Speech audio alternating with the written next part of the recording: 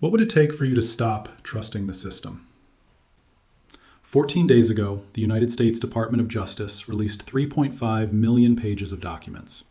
According to the official DOJ press release, these files contained names of presidents, billionaires, members of royal families, all connected to convicted sex trafficker Jeffrey Epstein. Names you voted for, names you defended in arguments, names you told yourself were not that bad. 0 arrests, not one. And right now, yes, right now, your brain is already looking for an excuse. Maybe there wasn't enough evidence. Maybe it's more complicated. Maybe they're still investigating. Your brain is doing exactly what it was designed to do, and that's the problem. Let's establish what actually happened, because in 2 weeks, the story's already been memory holed. January 30th, 2026, the U.S. Department of Justice publishes what they call 3.5 million responsive pages in compliance with the Epstein Files Transparency Act. That's not a leak. That's not a conspiracy theory floating around 4chan. That's the official documentation of connections between some of the most powerful people on Earth and a man convicted of running an international sex trafficking operation. The files include, according to NBC News reporting, over 2,000 video files and 180,000 images seized from Epstein's properties. Names appear hundreds of times. Donald Trump, the current president who signed the transparency law, Bill Clinton, former president, Bill Gates, Elon Musk, Prince Andrew, who was stripped of his royal titles last year. According to court documents released by the Justice Department, some of these individuals appear in personal correspondence, flight logs, and witness testimony. Now here's what didn't happen. No criminal charges filed. No impeachment proceedings initiated. No corporate boards demanding resignations. No mass protests. The system looked at 3.5 million pages of documented connections to a convicted predator and shrugged. Deputy Attorney General Todd Blanche held a press conference. He said, and I'm quoting directly from the DOJ transcript, "There is no client list. There never was." Think about that framing. The question isn't who was involved, it's why are you looking for a list that doesn't exist? The narrative shifted from accountability to conspiracy theory in a single sentence. One person is in prison, Ghislaine Maxwell, 20 years for sex trafficking. She was the assistant, the facilitator, the one who recruited. The people she recruited for? Free. So let's talk about why. In 2006, a team of neuroscientists at Emory University did something brilliant and disturbing. They recruited passionate political supporters, people deeply committed to their candidate, and put them inside fMRI brain scanners. Then they showed them documentary evidence that their candidate had lied. Not opinions, not spin, clear, contradictory statements with timestamps. According to the study published in the Journal of Cognitive Neuroscience, here's what happened. The reasoning centers of their brains, the dorsolateral prefrontal cortex, the part responsible for logic and critical analysis, went dark, like circuit breakers flipping off. Meanwhile, the ventral striatum and orbital frontal cortex, the brain's reward circuits, the same regions that light up when cocaine addicts see their drug of choice, exploded with activity. These people weren't thinking through the evidence. They were getting high off rejecting it. Their brains had discovered something more powerful than truth, the dopamine rush of protecting their worldview. Now apply that to the Epstein files. If your brain will shut down logic to protect your opinion about a politician, what do you think it does when the alternative is accepting that the entire system, the presidents you voted for, the billionaires you admired, the institutions you trusted, were connected to a predator? But it's not just about protecting your team. There's a second mechanism, cognitive overload. According to research published by the American Psychological Association, the average person today processes more information in a single day than a medieval scholar encountered in their entire lifetime. News alerts, social media, work emails, climate crisis, economic instability, political scandals. Your brain is drowning. When information exceeds your capacity to process it, your brain does something called defensive simplification. It grabs the first narrative that offers order, any order, and locks onto it like a drowning person grabbing a rope. Complexity feels dangerous. Simple stories feel safe. That's why conspiracy theories work. Not because people are stupid, because they're overwhelmed. And then there's the third mechanism, learned helplessness. In the 1960s, psychologist Martin Seligman discovered that when subjects repeatedly experience situations where their actions have no effect, they stop trying, even when the situation changes and action would work. They've learned that effort is pointless. Now think about your relationship with power. You vote, nothing fundamental changes. You protest, the system absorbs it. You share articles, the algorithm buries them. When the scale of crime exceeds your capacity for individual impact, your psyche makes a choice. This is too big. I can't do anything. And it switches back to things you can control, your job, your relationships, your next meal. So when 3.5 million pages drop, your brain runs a calculation. If I engage with this, I'll feel angry and powerless. If I ignore it, I'll feel nothing. Dopamine says, choose nothing. You're not ignoring the Epstein files because you're complicit. You're ignoring them because your brain is doing exactly what evolution designed it to do: protect you from information that threatens your sense of agency. But here's the thing. This has happened before. April 3rd, 2016, the International Consortium of Investigative Journalists publishes the Panama Papers. 11.5 million documents, 214,000 offshore entities, names of 140 politicians from 50 countries, dictators, drug traffickers, celebrities, all using shell companies to hide wealth and evade taxes. According to the ICIJ's own reporting, the leak was the largest data breach in journalistic history. The world exploded. This is it, they said. The system can't survive this. 6 months later, Daphne Caruana Galizia, the Maltese journalist who led the investigation in Europe, was murdered by a car bomb. Meanwhile, according to analysis by Transparency International, convictions resulting from the Panama Papers? Minimal. The offshore system? Still operating. The politicians? Most still in office. July 25, 2010, WikiLeaks publishes the Afghan war logs. 91,000 classified military reports documenting civilian casualties, torture, and systematic cover-ups of war crimes. According to the documents published by WikiLeaks, U.S. forces had killed hundreds of civilians in unreported incidents. 3 months later, the Iraq war logs. 400,000 more documents. The response? The Pentagon didn't investigate the war crimes. They investigated the leak. Chelsea Manning, the whistleblower who provided the documents, sentenced to 35 years in military prison. Julian Assange, the publisher, currently in a UK prison fighting extradition, facing 175 years under the Espionage Act. The generals and contractors documented in those files, not one faced charges. June 5, 2013, The Guardian publishes Edward Snowden's revelations about NSA mass surveillance.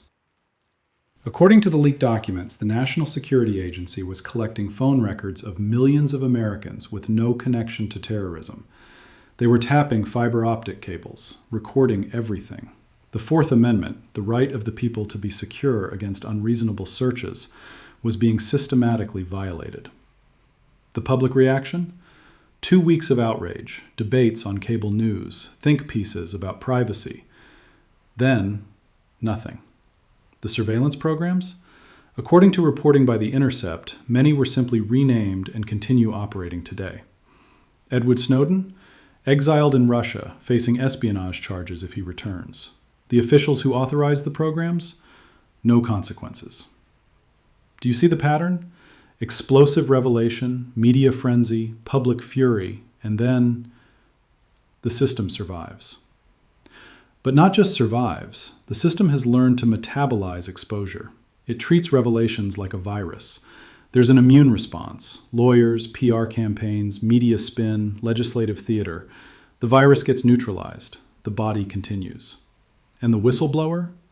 They're the ones who end up destroyed. So when the Epstein files dropped, the system wasn't afraid. Because it's done this before. It knows exactly how long your attention lasts. Now let's talk about how the machine actually works. The reason the system survives isn't conspiracy, it's architecture. 3 layers of protection working simultaneously. Layer 1, legal insulation. According to the Justice Department's own press release, approximately 200,000 pages of the Epstein files were redacted or withheld entirely, roughly 5.7% of the total. The reasons? Attorney-client privilege, executive privilege, ongoing investigations. But here's what's fascinating. Ghislaine Maxwell, the assistant, got 20 years. The people documented in those files as her clients, their names are protected by the very legal system that convicted her. Think about that structure. The facilitator goes to prison, the system makes a show of justice. Meanwhile, the people who created the demand, they're shielded by teams of lawyers whose retainer fees exceed most people's lifetime earnings. According to legal experts interviewed by CNN, defending against charges like this requires forensic accountants, private investigators, former prosecutors, media consultants. The price tag? Tens of millions of dollars. That's not justice. That's a paywall. Layer 2, media diffusion. Here's how information warfare works in 2026. You don't suppress the story. That creates martyrs and Streisand effects. Instead, you flood the zone. The Epstein files dropped on January 30th. According to media monitoring by Newswhip, within 48 hours there were over 15,000 articles published globally. But here's what they covered. Was Epstein connected to intelligence agencies? Speculation. What did Prince Andrew know? Already reported. Elon Musk denies involvement. He said, she said. The question, who should face criminal charges, barely made headlines. The media didn't hide the story. They drowned it in noise. Think about your own experience. How many Epstein headlines did you see? Now, how many did you actually read past the first paragraph? That's not your fault. That's design. When every story feels equally urgent, nothing feels urgent. When every scandal is breaking, nothing ever quite breaks. And then there's the Machiavellian masterstroke, virtue signaling. In The Prince, Machiavelli wrote, and I'm paraphrasing from the 16th century Italian, that it's not essential for a leader to have good qualities. It's essential that he appear to have them. Performance matters more than reality. President Trump signed the Epstein Files Transparency Act in November 2025, according to congressional records. He gave speeches about accountability, transparency, draining swamps. Meanwhile, according to the files that his Justice Department released, his own name appears hundreds of times in the documents. But the performance worked. He's not being investigated. He's being credited for transparency. Layer 3, your psychology. Value dissonance. This is the term psychologists use when there's a gap between what you believe and what you see. You believe, we live in a system where justice applies to everyone. You see, 3.5 million pages, 0 arrests. That gap creates psychological pain, and your brain has 2 options. 1, change your belief. Accept that the system is fundamentally corrupt at the highest levels. 2, reject the evidence. Decide it's more complicated. Find reasons why this doesn't count. Move on. Option 1 requires rebuilding your entire worldview. Option 2 requires nothing. Which one do you think most people choose? That's the architecture. Legal systems that price out justice, media systems that weaponize information overload, and psychological systems, your own brain, that prefer comfortable lies over painful truths. But this isn't just about one case. This is about what happens when civilizations stop believing in their own rules. The Epstein files are a diagnostic tool. They reveal something far bigger than one trafficking network. They reveal a civilization in terminal decline. In The Decline of the West, published in 1918, German historian Oswald Spengler described the life cycle of civilizations. They're born, they grow, they peak, and then they enter what he called the civilization phase, the final stage before collapse. The buildings get bigger, The institutions grow more complex. The military expands. But the culture, the shared meaning, the collective belief in something greater dies. The machinery runs, but the soul is gone. And one of the clearest symptoms? 2 justice systems. Ghislaine Maxwell, 20 years in federal prison, according to her sentencing documents. She facilitated, she recruited, she enabled. The people she did it for? The people documented in flight logs, witness testimony, photographs? Free.